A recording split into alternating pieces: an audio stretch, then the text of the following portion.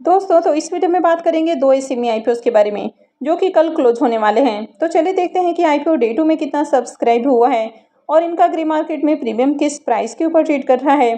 कल आपको किस आईपीओ में अप्लाई करना है। तो इससे पहले कि मैं वीडियो को शुरू करूं, अगर आप इस चैनल पर पहली बार विजिट कर रहे हैं या फिर आपने चैनल अब तक सब्सक्राइब नहीं किया है तो चैनल को सब्सक्राइब कर लें और वीडियो को भी लाइक कर दें। पहले बात कर लेते हैं आइडियल टेक्नोप्लास्ट इंडस्ट्रीज आईपीओ के बारे में। तो आईपीओ 21 अगस्त को ओपन हुआ था और ये 23 अगस्त यानी कि कल क्लोज होने वाला है। फेस वैल्यू 10 रुपये पर शेयर है। बुकिंग प्राइस 121 है और आईपीओ में 1000 शेयर्स का लॉट है। आईपीओ के साइज को देखें तो आईपीओ 16.03 करोड़ का है और पूरी तरह से फ्रेश इशू का आईपीओ है और ये एसएमई आईपीओ है। कंपनी एनएसई एसएमई के ऊपर लिस्ट होने वाली है। तो चलिए देखते हैं कि आईपीओ डे 2 में कितना सब्सक्राइब हुआ है। आईपीओ के डे 2 के सब्सक्रिप्शन को देखें तो दूसरे दिन आईपीओ 11.42 टाइम सब्सक्राइब हुआ है। एचएनआईस पोर्शन में 3.46 टाइम और रिटेल पोर्शन में आईपीओ 19.38 टाइम सब्सक्राइब हुआ है। तो अब तक रिटेलर्स की ओर से आईपीओ में 12,191 एप्लीकेशंस लगा है। यानी कि दूसरे दिन भी देखें तो आईपीओ में बहुत हाई डिमांड देखने को नहीं मिली है, हालांकि ठीक ठाक एप्लीकेशंस लगते हुए देखने को मिला है। अब इस कंपनी के बिजनेस के बारे में बात करें तो ये कंपनी पैकेजिंग सॉल्यूशंस ऑफर करते हुए देखने को मिलती है।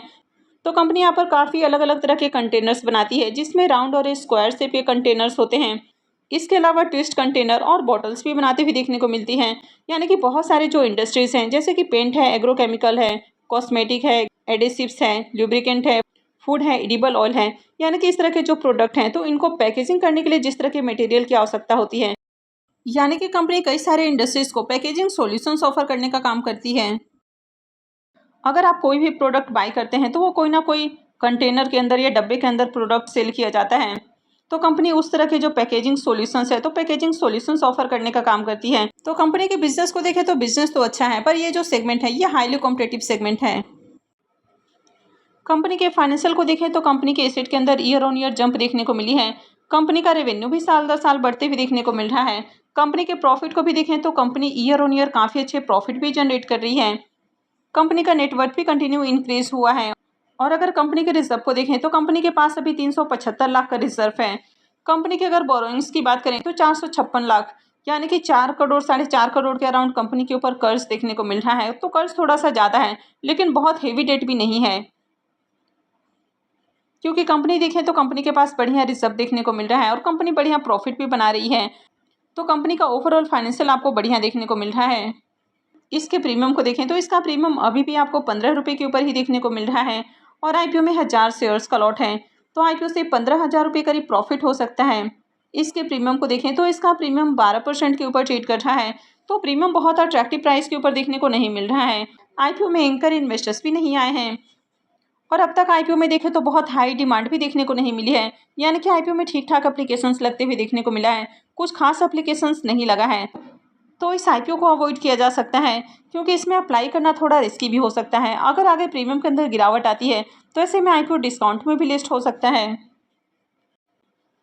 नेक्स्ट आईपीओ है क्यूबीसी एक्सपोर्ट्स आईपीओ। ये आईपीओ 21 अगस्त को ओपन हुआ था और ये भी 23 अगस्त यानी कि कल क्लोज होने वाला है। तो कल इसमें भी अप्लाई करने का आखिरी मौका है। फेस वैल्यू 10 रुपये पर शेयर है। बुकिंग प्राइस 86 है और 1600 शेयर्स का लॉट है। आईपीओ के साइज को देखें तो आईपीओ 24.07 करोड़ का है। इसमें 17.63 करोड़ के फ्रेश इशू हैं और 6.44 करोड़ का ऑफर फॉर सेल रखा गया है और ये एसएमई आईपीओ है। कंपनी एनएसई एसएमई के ऊपर लिस्ट होने वाली है। तो चलिए देख लेते हैं कि आईपीओ डे 2 में कितना सब्सक्राइब हुआ है।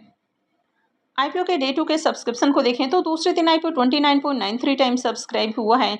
एचएनआईस पोर्शन में आईपीओ 8.36 टाइम और रिटेल पोर्शन में आईपीओ 51.48 टाइम सब्सक्राइब हुआ है। अब तक रिटेलर्स की ओर से आईपीओ में 42,778 एप्लीकेशंस लग चुका है। तो इसमें देखें तो दूसरे दिन ही बढ़िया डिमांड देखने को मिल रही है, यानी कि काफ़ी ज़्यादा एप्लीकेशंस लगते हुए देखने को मिला है। कंपनी के बिजनेस को देखें तो ये कंपनी फेरो एलॉय के ट्रेडिंग के बिजनेस में देखने को मिलती है।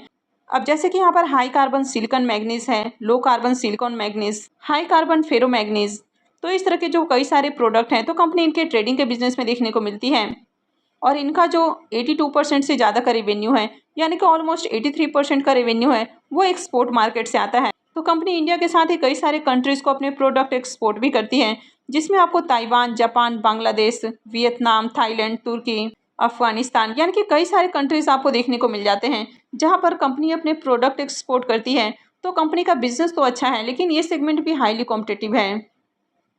कंपनी के फाइनेंशियल को देखें तो 3 सालों के फाइनेंशियल देखने को मिलते हैं। तो कंपनी के एसेट के अंदर ईयर ऑन ईयर आपको ग्रोथ देखने को मिली है। कंपनी के रेवेन्यू को भी देखें तो साल दर साल कंपनी का रेवेन्यू भी बढ़ते हुए देखने को मिला है।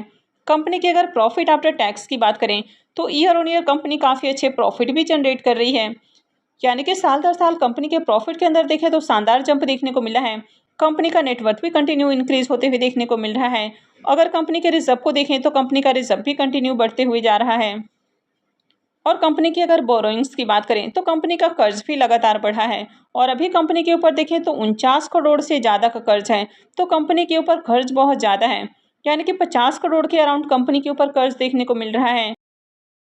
तो कंपनी के अगर कर्ज को छोड़ दिया जाए तो बाकी के फाइनेंशियल अट्रैक्टिव हैं, लेकिन यहाँ पर इसके फाइनेंशियल में एक ही नेगेटिव चीज़ है कि कंपनी के ऊपर कर्ज आपको ज़्यादा देखने को मिल रहा है। और कंपनी आईपीओ से जो फंड रेज करेगी तो उससे कर्ज का भुगतान नहीं करेगी, तो ये जो कर्ज है आगे भी कंटिन्यू रहने वाला है। अगर इसके प्रीमियम को देखें तो इसके प्रीमियम के अंदर फिर से जंप देखने को मिल रहा है। यानी कि मॉर्निंग में प्रीमियम जहां 70 रुपीज़ के ऊपर ट्रेड कर रहा था वो अभी 72 रुपीज़ के ऊपर देखने को मिल रहा है। और आईपीओ में 1600 शेयर्स का लॉट है। तो इस आईपीओ से 1,15,200 रुपये करीब प्रॉफिट हो सकता है। अगर इसके प्रीमियम को देखें तो इसका प्रीमियम 84% के अराउंड ट्रेड कर रहा है। तो प्रीमियम देखें तो प्रीमियम काफ़ी हाई प्राइस के ऊपर देखने को मिल रहा है। कंपनी का बिजनेस अच्छा है, फाइनेंशियल भी ठीक ठाक है, हालांकि कंपनी के ऊपर कर्ज बहुत ज़्यादा है, तो ये इसमें एक नेगेटिव पॉइंट है। इसके अलावा आईपीओ में एंकर इन्वेस्टर्स भी नहीं आए हैं, तो इस तरह के आईपीओ थोड़े रिस्की हो जाते हैं। लेकिन जिस तरह से ओवरऑल ग्रे मार्केट में प्रीमियम देखने को मिल रहा है, तो प्रीमियम काफ़ी हाई प्राइस के ऊपर ट्रेड कर रहा है और आईपीओ में सब्सक्रिप्शन भी देखने को मिल रहा है। तो इस तरह के आईपीओज में अप्लाई किया जा सकता है। हालांकि सेमी आईपीओ में आपका रिस्क काफ़ी हाई हो जाता है, और खासकर ऐसे आईपीओज में जहां पर एंकर इन्वेस्टर्स नहीं आए हैं, तो यहाँ पर आपका रिस्क डबल हो जाता है। लेकिन अगर मार्केट में अच्छी डिमांड है तो फिर अप्लाई किया जा सकता है। लेकिन कहीं भी अप्लाई करने से पहले अपने रिस्क रिवॉर्ड को जरूर कैलकुलेट करें और उसके बाद ही कोई भी डिसीजन लें, क्योंकि ये सेमी आईपीओ में बहुत ज़्यादा मैनिपुलेशन भी देखने को मिलता है। अगर ग्रे मार्केट में किसी भी तरह से डिमांड क्रिएट करवाई जाए तो उसके बाद आईपीओ में बढ़िया सब्सक्रिप्शन भी देखने को मिल जाता है। और ये सेमी आईपीओ काफ़ी छोटे भी होते हैं, तो यहाँ पर आसानी से ग्रे मार्केट में डिमांड क्रिएट करवाई जा सकती है। यानी कि सेमी आईपीओ को आसानी से मैनिपुलेट किया जा सकता है। इस आईपीओ की बात नहीं हो रही कि इसमें मैनिपुलेशन किया गया है, बात हो रही कि अगर किसी आईपीओ में मैनिपुलेशन होता भी है तो आपको सावधान रहना है। यानी कि आपको हमेशा अपने रिस्क रिवॉर्ड को कैलकुलेट करके ही कहीं भी अप्लाई करना है। वैसे किसी भी आईपीओ में अप्लाई करना है नहीं करना है, ये पूरी तरह से आपका अपना डिसीजन होना चाहिए। तो आई होप कि आपको वीडियो अच्छी लगी होगी। तो अगर आपने इस वीडियो को अब तक लाइक नहीं किया है तो वीडियो को लाइक कर दें और चैनल को भी सब्सक्राइब करके रखें। और वीडियो को अंत तक देखने के लिए आप सबका बहुत बहुत धन्यवाद।